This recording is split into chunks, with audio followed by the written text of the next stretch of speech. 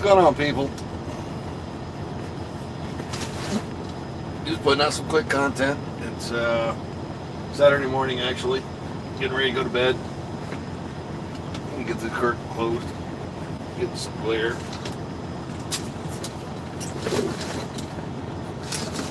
There we go. So, sorry about the lighting in the truck. I know I'm shadowed, but there's not a whole lot I can do about it. Lighting in this truck sucks, just like my last truck. So, it is what it is. Well, I know nobody's going to watch this. I'm not waiting for anybody to pop in. I don't have a whole lot of followers. Most of it's friends and family. Most of them are in bed at 6 a.m. Saturday morning, and I'm just out going to bed. I'm in Wentzville, Missouri. Sleeping at the Scale House there. I think it's the 204 off the I-70.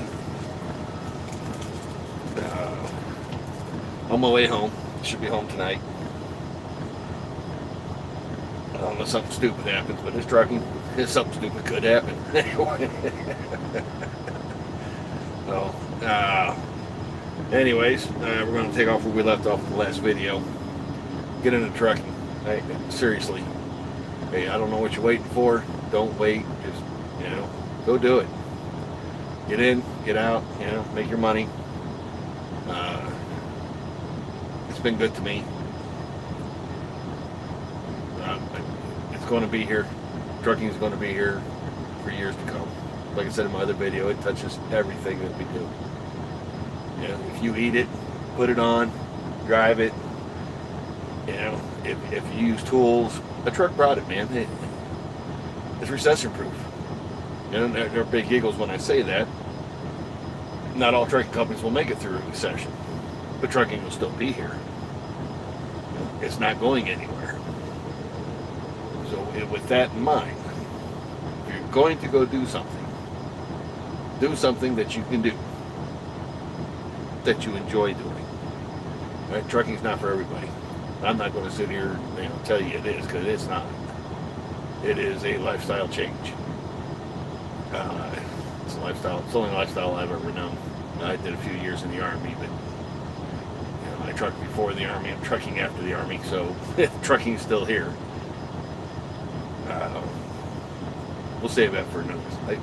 The Army is a whole different story. We'll save that for another time. It's been a long time since I've been in the Army. I got out in '94. And I went right back into trucking. So you can take that for what it's worth. My dad was a trucker. I've got uncles that drove truck. I'm from a family of truckers. I knew what I was getting into when I got into it. Knew I was going to do it when I was 8 years old.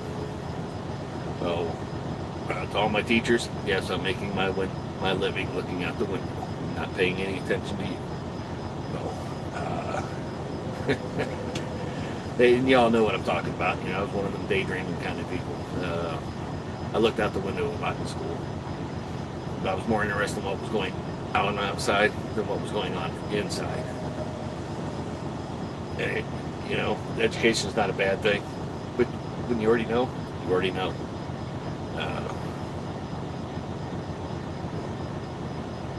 And I'm not banging on anybody who goes to college.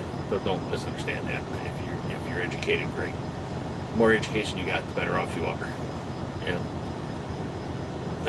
Maybe instead of driving one of these, you'll own a company. I don't know. But I do recommend, if you're going to get into the business, do not finance your education. All right? There's too many trucking companies out there willing to pay for it. They'll pay for it. The industry is short-handed. And it's not really so much short-handed as there's so many people come into it, decide they don't like it, and get back out. Nothing wrong with that. If you're not happy doing what you're doing, go do something else. All right? That's a life lesson. All right? Be happy in what you do. All right? Be proud of what you do. All right? I am a professional. I'm not a trucker. I am a professional freight relocator. That's what I do. I move freight from one place to another. Right? I'm not a truck driver. The truck is the tool. I drive the truck, but my real job is a freight relocator. That is what I do. I move freight from point A to point B and back again. So, in that aspect, right, I don't consider myself a truck driver. Yes, I drive truck. Yes, I have a CDL. Don't misunderstand any of that, guys. All right, I am a truck driver. I just like calling myself a professional freight relocator because it sounds better. Yeah, even on my business cards, that's what it has. It doesn't say I drive truck. It says I'm a professional freight relocator. Right? Even if you were just driving a company truck, get business cards, guys. They're not that expensive. All right? People are not going to remember your name. People will remember your face. All right? Be kind. I've been at shippers where the shipper's been a total ass. Be nice to him. Right? Not because it's the right thing to do. Right? Because he's probably having a bad day. Some other professional freight relocator had given him a real hard time. Right now he's taking it out on you because you're the next guy in. Change what he thinks about what we do. Right? Be kind. Right? I'm not telling you to take shit from the man. Right? That's not what I'm saying. Right? Stand your ground. But be kind. It makes a difference. It really does. That man will never remember my name. Right? But he will remember my face because I was kind to him when he was being a total ass. I don't know if you guys understand that or not. Some of you may be too young to understand that. Right? And don't get me wrong, there is definitely a time to stand your ground and say, look, we got to do something here. It's been, 2 hours. Should have been already out of here. Right? Don't misunderstand what I'm telling you. But if you're going to go to somebody, don't go with an attitude. You catch more flies with honey than you do shit. So if you keep that in mind, that's a life lesson, guys. All right? You catch more flies with honey than you do shit. Don't go giving somebody shit just because they're giving you shit. Be kind. All right? I'm not telling you to kiss their ass. Don't misunderstand what I'm trying to say here. And I'm probably saying it all wrong. But if you're in a situation where the guy's wife might have just died. He's just in a bad mood. Shit happens, guys. We don't know what's going on in their life to make them be the way they are towards you right now. And like I said, it could have been another driver, pissed him off. Could just be having a bad day. Wife could have died, mother could have died, father could have died. Anything could happen. All right? And you're not going to know this by throwing another attitude at them. As a matter of fact, that is probably the worst thing you can do for yourself. All right? Now, a lot of people don't know my name. They know my face because I'm kind to them. All right? I don't necessarily like the people, but I'm kind to them. All right? You will go further in life being kind than you ever will being an ass. So, I'm not telling you to take it from them. I'm not. But it makes a difference in everybody's life. And I've had cops come up to me with attitudes. I could have threw one back. I got an attitude of my own. Okay? Don't believe that. Ask anybody who really knows me. I have an attitude when I have to have one. Right? But by being kind to the officer, he settled down. He relaxed with me. And the more relaxed they are with you, the easier things go. Right? Even if they find something wrong with the truck. Right? It's easier the kinder you are. If you go with an attitude, you're going to get an attitude back.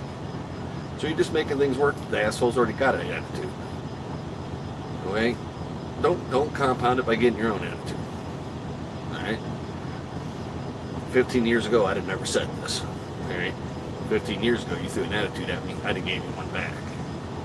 But I've learned from that experience. So learn from my experience. All right? Be kind. Even though they're being an ass, be kind. I don't know if that helps or not. You know, I really don't know if that helps. It works for me. Right? I'm a little bit of a comedian anyways. Not that I'm ever going to get paid for it. Ask my wife. Nobody's going to pay me for my one-liners. Trust me. But be kind. Right? Joke with them. Ease the tension. Yeah? If there's, all right, this is my old-fashioned standing around. If there's no women standing around, tell them a dirty joke. Everybody knows a dirty joke. Tell him one. Get him to relax. Get him to smile. And a lot of times, next time they see you, they won't know your name, because your name doesn't matter. They will recognize the face. And they will be kind the next time. Before you know it, everything runs really smooth because you were kind to them first.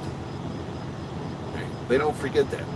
People do not forget kindness. Right? They do not forget that. Right? They won't forget you being an ass. Right? They won't forget it either. They won't forgive it, and they'll be an ass every time you go in there. All right? Old school trick. Coffee goes a long way, guys. Not that expensive. What is it? I haven't bought coffee in a machine in a long time. So I don't even know what a coffee machine cost. Most places I go to, they give me a cup. But it started out with me going to the machine, then buying coffee, finding out what they drink. Just ask me, you want a cup of coffee? I'm going back and getting some. You want a cup? I have no problem with that. None whatsoever. All right? Oh, you're an ass kicker. You're this, you're that. No, man. I'm not an ass kisser. All right? People remember you being kind. I'll tell you the story. Now we're going to go back a few years. Black man ran a crane. And still, me and my dad was there. Every day I showed up, I bought that man a cup of coffee. And I'd climb the crane tower and give it to him. Right? He took cream and sugar in his coffee. Coffee was 15 cents, I think, back in. And it was horrible coffee. The coffee was lousy. If you guys ever had machine coffee, you know what I'm talking about, okay? The coffee was lousy. But the man appreciated the fact that I took the time to figure out what he drank in his coffee, and every time I come in, I'd run him up a cup of coffee. Now, before you knew that, all right, the trucking industry back in was mostly union. So most of it was first come, first serve. There was really no appointment time, so you sat for hours to get loaded, you sat for hours to get unloaded. The crane man decided what order you were coming in. All right? He had that kind of power. Next thing you know, I'm pulling in around everybody. All right? Were they upset? Yep, they were. Think I cared? Nope, not really. My time's important too. All right? I've had words with drivers over that. Believe me, I did. All right? And that cost me 15 cents 5 days a week. That kind of service. 15 cents 5 days a week. All right? And maybe 5 minutes of my time. And as soon as I gave that man his cup of coffee, he always held a ticket for me. It was always the next ticket. So being kind, the man probably never even knew my name. We probably never said more than 20 words to each other. Okay? We never had any conversations, no real life conversations, you know, hi, bye, how's your family, you know, stuff like that, but no real life conversations, you know. He never asked me for advice, I never came to him for advice. But that one exchange of coffee, 15 cents, saved me 3 hours a day. Saved me 3 hours a day. All right, now I ran local back in. I wasn't running more than 50 miles. So when you're running that 50-mile Little Johns, I did head back up to where I got the steel. Set line for a couple hours to get the next one, going right back down to the same place. Right? but I could do it faster than anybody else because I was always next in line. I was always next in line. Didn't matter how many trucks was there. It could be 15 trucks out there. I was always next in line because of the cup of coffee. So always be kind. All right? You don't have to kiss somebody's ass. Just be nice. You know? Crane work is hot. It's up inside. At least back in this is before the walking cranes. Anybody who's been inside steel mills know today they don't really ride in the baskets anymore. They walk. All right. Back at this time, in the steel mills, crane guys worked up in the ceiling. All right. They rode up in the ceiling. All the heat's trapped up in the ceiling. Heat rises. All right. For some people, you know, a cup of coffee's not going to cut it. They're going to want pop, water, something else. This guy just happened to like coffee. I bought him a cup of coffee. I did it 5 days a week. And I did it every time I was in there. He got a cup of coffee. Like I said, he never knew my name. We were not friends. We didn't give each other life advice. But I was always next to him. I was always next. That's a big deal, guys. At least back then it was. Today's a little different. You know, we got to play the times. You know, 2-hour windows, whatever you want to call them. I mostly work on hard appointments. My hard appointment, because I do just-in-time freight. Just-in-time freight is not for everybody. So, yeah, just-in-time freight is not for everybody. I happen to enjoy it. I like it. I have basically a 2-hour window. The same my appointment time is 9 o'clock. I can be there from 8 till 9 o'clock. As long as I'm in that 2-hour window, I'm fine. Okay. I try to be the hour early. Alright? I do that for my own personal reasons. Sooner I get in there, sooner I get out of there, sooner I can head back home. So I do the hour thing. I'm always at least an hour early. No later than a half hour early. I'm never late. I do not get in the habit of being late. I've been late twice since I've been running this dedicated lane. Right, this just-in-time freight, and both times it was because the truck was broke down. Only reason. Right? That's an acceptable excuse. I don't know if you want to call it excuse. It's what happened. So I've been lucky that way. But I am the kind of guy. I am the guy that pulls my hood over. I am the guy that understands what I'm looking at. For you that don't know it, I am a diesel mechanic. I'm not ASE certified, but I got my diplomas before ASE certification was ever thought of. And that's been around a long time. So I got my diploma way before ASE certification was even thought of. Right? Does my diploma count as the same as ASE? I don't know. Right? Have things changed on trucks? Yep, they absolutely have. I haven't kept up with all the changes. I'm not going to lie to you. I haven't turned professional wrenches 20 years. That doesn't mean the basics don't change. Diesel engine will always be a diesel engine. Transmission will always be a transmission. A rear end will always be a rear end. So I have that knowledge. Now, a lot of people don't have that knowledge. And there's nothing wrong with not having it, guys. We're just cut differently. That's all. I got that knowledge when I was in the Army. Not gonna lie where I got it from. I did it on purpose. I was a driver before I went in. I wanted to learn how to work on them, so when I came out and bought my own equipment, I knew how to work on it. Okay? That was the reason why I did it. Knowledge is power. So have things changed? Yes, with electronics and computers.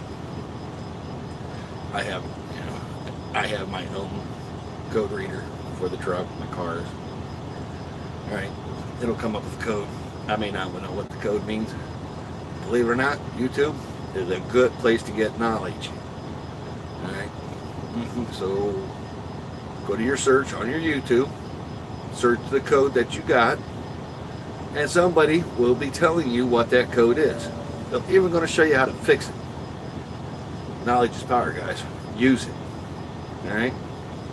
YouTube is great for that. So I'm going to do some repair videos. Not so much on this truck. This is a 2016. It's under warranty. Not going to fuck with it. just because it is under warranty. So I don't want to screw up the warranty. So I really don't do anything with the truck itself. I might read the code with my code reader, and I do that. So when I do go into a shop, I half-ass know what I'm talking about. They can't railroad me because I already know what the code is. I've already checked it out. Right? I'm going to clear the code once with my code reader, just see if I can get it to go away. If I can make it go away and it doesn't come back, it was a fluke. No big deal. Keep right on working. I'll do a video on my code reader. It does everything. It does OBD2. It does 6-pin and 9-pin vehicles, commercial vehicles. Like, it's just a code reader, guys. It's not, you can't go in and adjust settings with it or anything else like that. But I can read the codes. I can find out what the code is. I can clear codes. You know, sometimes just a wire got wet, it'll code out. Right? No big deal. Reset the code, doesn't happen again. No big deal. Now, if it comes back immediately, you have a problem. You need to get that looked at. In my case, I'm going to get it looked at. I'm not the kind of guy to put shit off. If you do that, you'll be driving junk in 5 years. So, I highly recommend the code reader. Can't even think of the name of it. I don't have it in here with me. It's at home. I am going to do a video on it. For instance, I have an old Jeep that has a code in it. I know what the code is.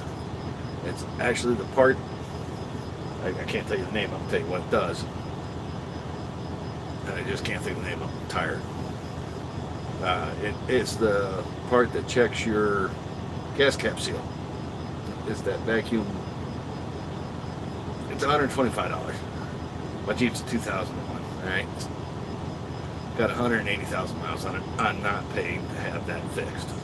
Alright, I'm not going to fix it. It's $125 for something I really don't need. It doesn't affect how the vehicle runs. Alright, all it does is check the seal on your gas cap. Alright, like I said, it's a $125 part. At least it was 2 years ago. It's how long I've had the code. It doesn't affect how the vehicle runs. Right? Mind you guys, I'm in the truck all week. I drive my vehicle maybe 10 miles a week. Maybe 10 miles a week. My personal vehicle. So, it is what it is. Now, Mama's car, on the other hand, I take care of it. If it's got a problem, it gets fixed. Right? Mom's not a mechanic. Mama knows nothing about an engine, transmission, or nothing. Right? Mama car gets taken care of. Right? Because the grandbabies go with her. Grandbabies don't go with my car. Right? I'm the only one in my car. So I don't worry about it. It's just not worth fixing to me. Because it's not going to affect anything else. Right? It doesn't change my gas mileage any. It's just bad. It might even be a vacuum leak. It may not even be the part itself. It could be a vacuum leak between the gas cap and the system check. It could be something that simple. Not replacing it, not looking for it, too much work, not going to do it. All right, it's a 2001. I don't care to check any lights on. It doesn't bother me now. But like I said, Mama, it would bother her. It doesn't bother me because it doesn't affect how the vehicle runs. It's not an O2 sensor. Right? It's not a bad sensor. Well, it is a bad sensor. But it doesn't affect the daily operation of the vehicle. It doesn't cost me any more in gas. Right? And that may be because I really don't drive it all that much. So I just, it's not worth fixing to me. You know, it's not like we're making a payment on the car and oh my God, you shouldn't have this problem. It's a beater. Right? It's a work car. So you got to draw the line somewhere. Right? It runs real good. I'm not replacing that part. It's not worth $125 to me. Now, if it was affecting the fuel mileage or how the vehicle runs, for $125, I'd probably fix it. But it's not doing that, so I'm not fixing it. All right? Now, you understood the difference between my professional truck. If there's something wrong with it, I'm going to get it fixed. All right? I do that for two reasons. I fix my truck. I do that because it keeps DOT off your ass, number one. All right? Keep shit up, keep it right. It's always right. DOT don't mess with you. All right? If you don't do it, DOT finds one thing wrong, pull you the following week, they'll find something else, and something else, and something else, and something else. And it's just not a good road to go down. Man, I've owned some junk trucks in my lifetime. You're going to have to trust me on this, all right? And I'm talking about junk, all right? Shit should have been in the junkyard years before I bought it, all right? And still ran it down the road. Well, I have some idea what I'm talking about. And you don't want a DOT guy to know your name. Right? I know two DOT guys, first name basis. We became close personal friends from all the fines I had received over the years. But this is back before CSA. Fines really didn't matter, man. It was just part of doing business. And I know that sounds weird. As long as it didn't affect your license back in the day, right? This is way before CSA guy. It didn't affect your license, it didn't affect your insurance, so it didn't matter. Right? So one year I got I'm telling a story that shouldn't be telling. I got 249 overweight tickets. Right? I hauled heavy steel. Alright? And I've been caught 249 times in 1 year. Right? I know some of you guys are really freaking out about that. What? 249? If you're going to run heavy, guys, do not pull up on the scale. Alright? This is old school. I'm talking to you young bucks, alright? Pay attention. If you're going to run heavy, do not pull up on the scale. Go behind the scale, walk in, tell them you're heavy, and you'll get a standard overweight ticket. A standard overweight ticket, at least back in the day, I haven't had one in years. Or at least not since I broke my neck. I broke my neck in 97, got out of flatbed. Standard overweight ticket back in the day was $75. Right? It could be up to $1 a pound over the 80,000. I was running about 130,000 everywhere I went. So you guys get some idea of what I was doing. Okay? My truck weighed 30,000, so I was putting 100,000 on the deck. Getting paid for 2 loads, 1 trip. Alright? That's old school outlaw. Alright? Today you can buy permits to do that, so you don't even have to run illegal. Alright? You can buy a permit today and go do that. Back when I was doing that, you could not get a permit to do that. So I had 249 overweight tickets. Right? That's $75 a piece because I wouldn't get on the scale. They'd yell and scream, try to force me up on there, and I'd look at them and say, "You want me to break the scale? I'll pull up on there." Right? But you're going to pay for the scale that breaks because I'm telling you I'm overweight. I'm telling you I'll break your damn scale. Right? Maybe not. They didn't need to know that. Okay? You know, they know you're being honest about it because you already went in there and told them you're overweight. And don't sit on that ticket, guys. Pay it. Pay the damn ticket. Alright? It's not worth being pulled over 3-4 weeks down the road. Alright? And find out your license has been suspended because you didn't go to court. Pay the damn ticket. It's $75. Alright? Back in that day, I was making 66 cents a 100. Alright? Running 100,000 pounds. You guys figure it out. I did it 3 times a day. Okay? If I got caught once a day, it was worth it. Sorry, it was worth it. Alright, I pulled out of a steel mill in Columbus, running heavy, going back up to Cleveland. Alright, it's a 100-mile trip.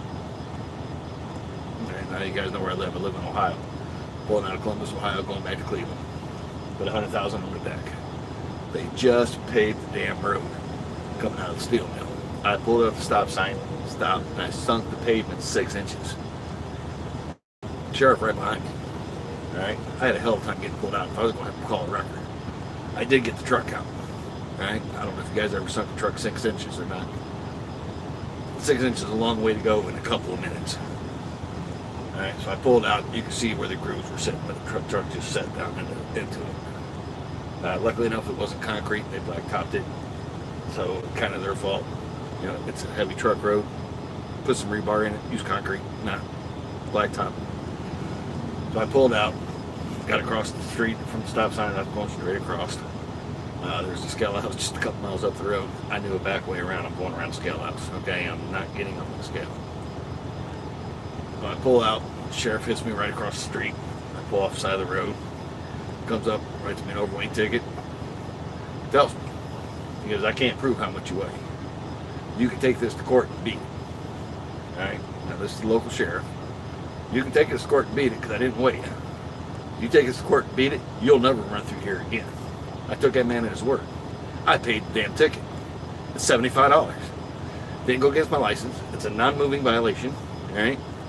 Like, guys, and I know I'm going way back. I'm going 20, 25 years back. Different time, different place. And I get that. All right. I'm not recommending that anybody do this. I'm telling you, it's how I conducted business back in the day. Right? And I was doing this in junk truck, guys. Okay.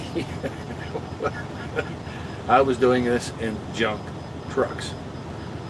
Okay. I had one truck. If I hit a bump, the whole dash would fall out on my lap. All right. I just put it back in and kept on driving. The cages worked, but the mounts behind it were broken. Okay. It's stupid shit like that, but it's stupid shit to get you in trouble now because you're CSA. Things have changed. So you got a truck smart today, where back in the day I didn't have the truck smart. I just had a truck. Right? Back in the day, I couldn't tell you what my cents per mile was. Didn't matter. Okay? And I know somebody's going to flip over that conversation that I just said, and they are. They're going to go, "Oh my God, he doesn't know his cents from back in the day. I didn't need to know. My shit was paid for. I paid cash for my trucks. I paid cash for my trailers. Right? So my cost per mile, because I didn't have any investment, didn't matter. And I know you guys are going to flip out over that. Right? So that's making $1,200 a day. Right? That's back when fuel was $1, maybe 80 cents. Okay? Today you need to know your cent per mile because we have so much more expense. Right?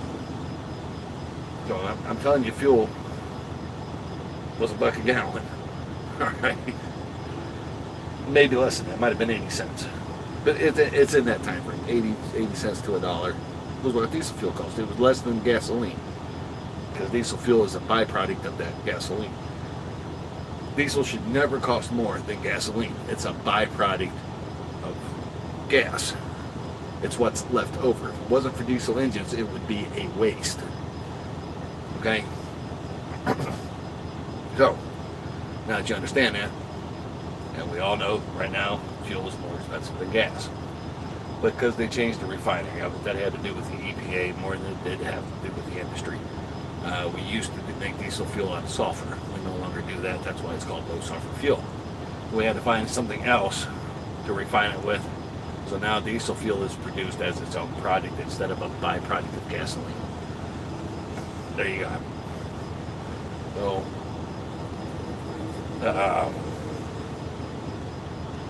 and that's really the difference. That's the EPA really came and screwed us on that, guys. They screwed the pooch.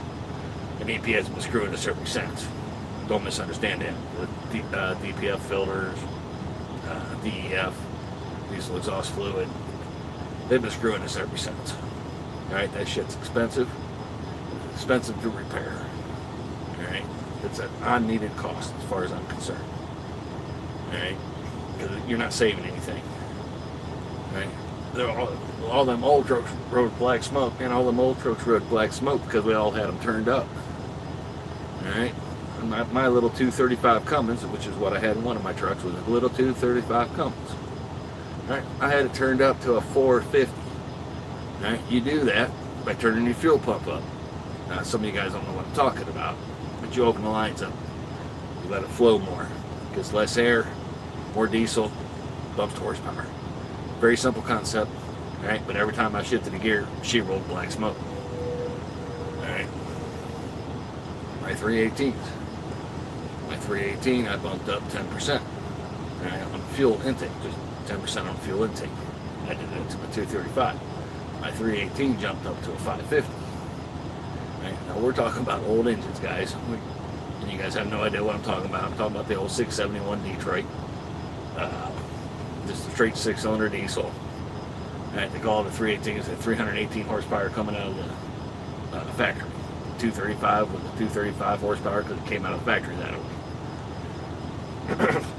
All right, so you put oversized injectors in it, you open up your fuel pump, and you bump them up. That's what we used to do. But anytime you did that, she rolled black smoke. So, that, and you young kids probably don't even want to talk about it. You've probably never seen an old diesel truck with black smoke, all right? Unless you've been to truck races or old movies. Some of the older shows showed them old black coals rolling out of the trucks. But that's the reason why they did that, all right? When we pump them up for the horsepower. I was a heavy hauler, 8 horsepower. I couldn't do what I did with a standard motor. That's the only way I knew how to bump it. Bigger injectors, more fuel. Didn't care if my truck only got 4 miles to gallon. You know, fuel was $1. We're making $1,200 a day.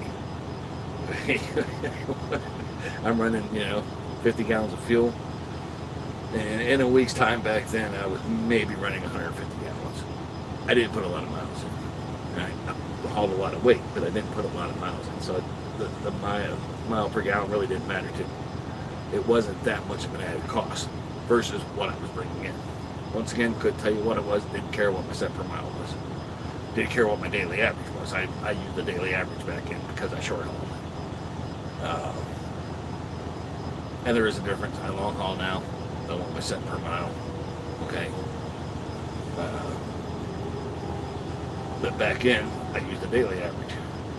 Right? So your daily average, you guys don't know, your daily average is your household expense. That's your house payment, your insurance payments, your car payments, life insurance payments, health insurance, whatever your home costs are.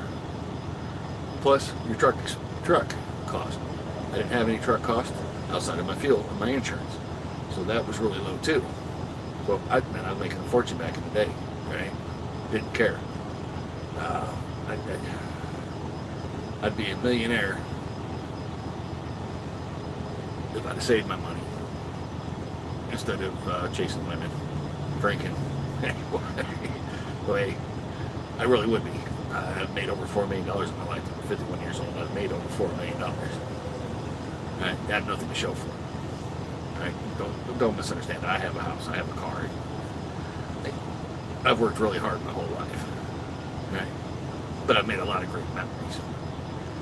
That's more important to me than saving the money. If you're chasing money, you'll chase money the rest of your life. Right? Money's just money. And I know some of you guys go, oh my God, he just said that money's just money. Money is just money. It's how we in a civilized nation exchange things for other things. It's through money. Right? Before money, we used the barter system. Right? I had corn, you had wheat. We'd exchange, so we both had both. Right? Money changed how we did things, but not by much. You still have to have something to sell to receive the money, so you can go buy something else. It's same difference, same concept, same as bartering. It's just done differently. So money's just money.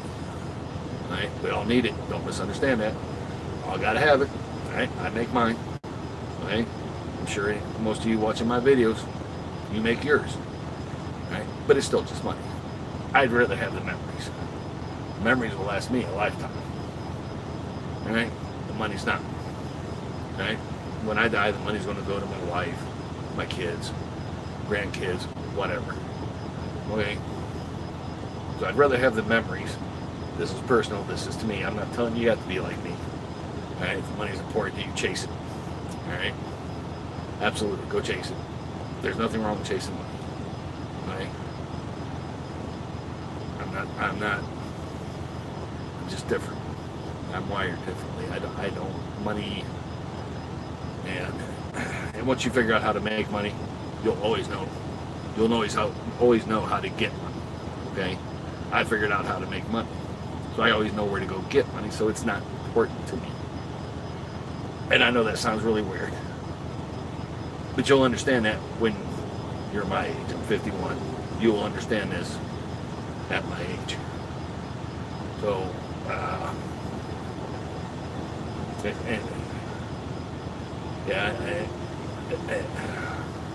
I don't need another way to explain that. I'm looking for a better way to explain that, but there really isn't. You know, you can make money or you can make memories. Your choice. Right? I chose to make memories. That's it. Right? Yeah, I've blown through a bunch of money. Don't misunderstand it. I've had a lot of good times doing it. All right. So, it is what it is. But the game's changed. Right? It's not the same game it was when I was doing all that crap. You can't get away with that today. You can't. Right? You can do it for a little while. Everybody can do it for a little while, but you can't do it for as long as I did it and not get screwed up in the long run. Things have changed. You know, I ran paper logs back in the day. I did my logbook every Friday. I didn't carry one through the week. I did one every Friday. I got my logbook up every Friday. So you got to have something turned into the company. So on Monday morning, I'd go in, write down my odometer. Friday when I got home, I'd write down my odometer, subtract it out, see what my miles were, divide it across 5 days. That's how I did my logbook. Right? So it was what it was. Right? This is a different time, different place. We now have ELDs. Right? I had to adapt to them. Right? There's going to be things in the future I'm going to have to adapt to. Right, wrong, or otherwise. Right? In life, there's a lot of things you have to adapt to, right, wrong, or otherwise. You know, it's either sink or swim. I chose to swim, so I adapted. Right? If you don't want to adapt, don't adapt, go do something else. And there's nothing wrong with doing something else, guys. Absolutely nothing wrong. All right? If you're not happy doing what you're doing, absolutely go do something else.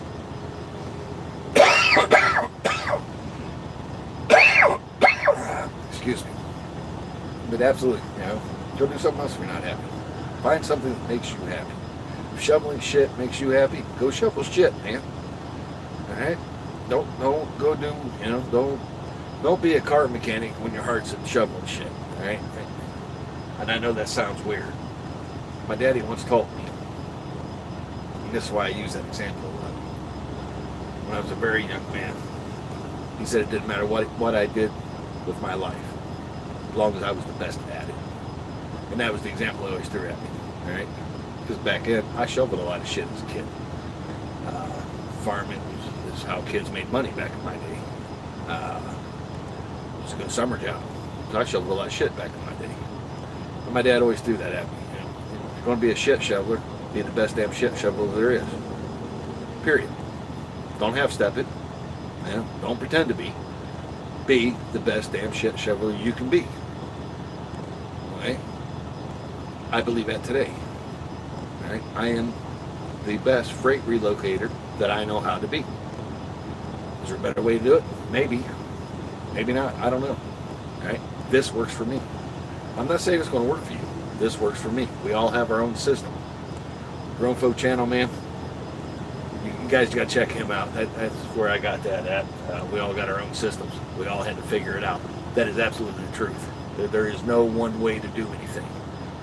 There's a million drivers out here, and we all do it a million different ways because we found what worked for us, okay, as an individual. Right? It may not work for you. Right? You may not be wired to think like that. You know? So, and I know some of you guys are freaking out over some of them statements, but they're the honest to God truth. Right? $75 ticket is just the cost of doing business. Can I write off my taxes? No. But it's still a cost of doing business because you were going to pay it. You know, if you only got one a day, great. I was doing 3 a day. So if I only averaged one a day out of the 3 that I was running, right? I spent $75. All right, I hauled $600 each direction. Okay, running at 66 cents a 100. Right, 100,000 out, 100,000 back. That's 2 trips. I've only got fined $75. Who cares? $75, man. Fucking pay it. Go down the road. So, and I know some of you guys are really freaking out over that, and I'm okay with that. freak out, do whatever you want to do, call me an idiot. Just cost doing business back in the day. All right. Back in my day, this is back when we had chauffeur's license, not CDLs. Okay. I carried a $50 bill tacked in behind my chauffeur's license. All right. I do one or two things. All right. And I'm really going to show my age. All right. If that $50 came back, he was going to ask me why. Have a good excuse for why you're trying to do what you're about to do. Right? My excuse was, back in the day, you could get on Greyhound for $39.95 anywhere in the country. That was my mad money in case I got mad and quit. That's what that $50 was for. I'd catch a Greyhound and go home. Every cop in the world bought that. If that money didn't come back, I knew I wasn't getting a ticket. Fair trade. Right? It was the cost of doing business. Business was done differently 25 years ago than it's done today. And you have to know that too. Right? So, I'm not telling you not to try some shit like that, but remember inflation. Alright? Remember inflation. I don't know what a bus costs today. I haven't been on one in years. Yes, I know companies will pay for your ride. I'm not spending 3 days on a bus to go to a company. Right? I'll go buy the damn ticket, airplane ticket, and fly in myself. No big deal. Cost of doing business. So, like I said, business has changed. Right? Business changed a lot. They cracked down on a lot of crap we used to get away with. Right? There is now a law in Ohio about flaming coils. Now, all you 20-something, 30-something, you have no idea what a flaming coil is. So, a flaming coil, right, was so hot when they put it on the trailer that when it hits the air, it flames up.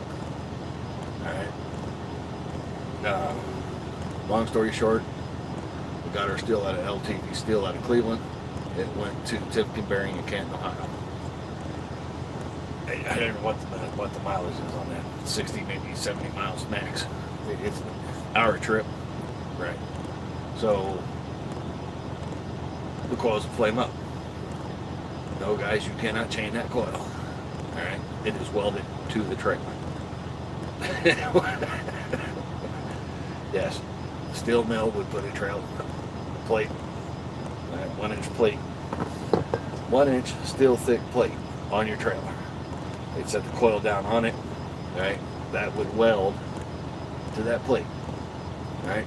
They put steel 4x4s up against it, that would weld to that. Okay? Now you got your 4x4s welded to the steel coil, you got your on each side so it keeps it from rolling. You had a steel plate that it welded to, and then they'd weld. They would literally, the steel mill would come down and weld the 4x4s on. Okay? And that got welded to your trailer. That 1 inch steel plate got welded to your trailer. So you didn't throw chains, you didn't put tarps on it. Right? Matter of fact, you didn't get close to it. It was too damn hot to get close to it. Without welding protection. Right? I'm telling you, shit come off there glowing red. They went to Timken Bearing out of the way, so Timken Bearing didn't have to reheat it to stamp it. Okay? To form it.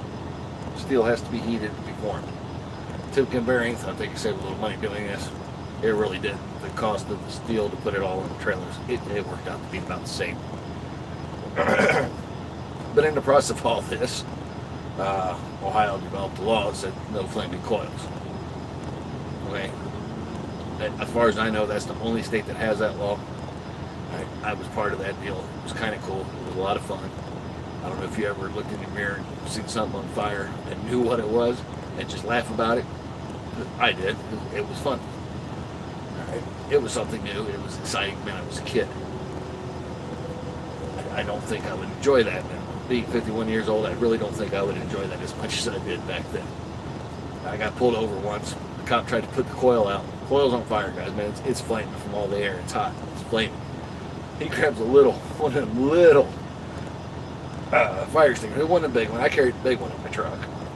And you guys know the difference. You know, you got the great big one, you know, it's about 3 foot tall, and you got that little itty bitty one, about 6 inches tall. He had one of them little itty bitty ones. Trying to put that coil out. I'm just up there laughing at him. Couldn't write me a ticket against him. It wasn't against the law. It wasn't unsecured because it's welded to the trailer. He didn't know what to do about it. And he eventually just let me go. You know, but it was a lot of fun. But you know, it is what it is.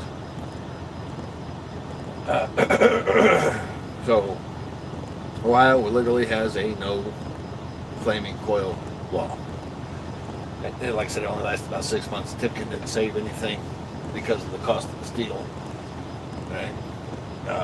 When our trailers warped out from the heat, Timken paid to have them re-arched. The word I'm looking for, I think. Flatbeds all have that little arch in it. Right? When you get that much heat on it, they underbow. They bow the wrong way. So Timken knew that was going to happen. It was all part of their plan. They came to all of us drivers and said when it was time, they would pay for it. And they did. No questions asked. They rebowed my trailer 4 times. Well, you can't do that, man. I did. Sometimes rebowing would include cross members. Sometimes it did. Sometimes you literally just bend it. A good frame man can rebow without hurting. Right? A bad frame man might as well plan on putting cross members in. That's the difference. Right? So, these are just old stories. And I'm not even sure why I'm putting it on. Nobody watches my channel. That's why I'm putting it on here. Well, I'm going to go to bed. I've been on here long enough. Well, I hope you enjoy the video. If you do, please like, subscribe, share. If you like stuff like this, man, leave a comment. Let me know. If you don't, leave a comment. Let me know. I'll change my content. But yeah, I hope that my video changes somebody's lives. I truly do hope that, and I hope it does it for the better, not for the worst. That's what I'm really hoping for. It's, to me, that would be an honor. Right? To change somebody's life for the better, that's an honor to me. Right? So if I've made a difference, please let me know. All right? Don't forget to like, subscribe, hit the bell, and share the video. Y'all have a great day. Bye.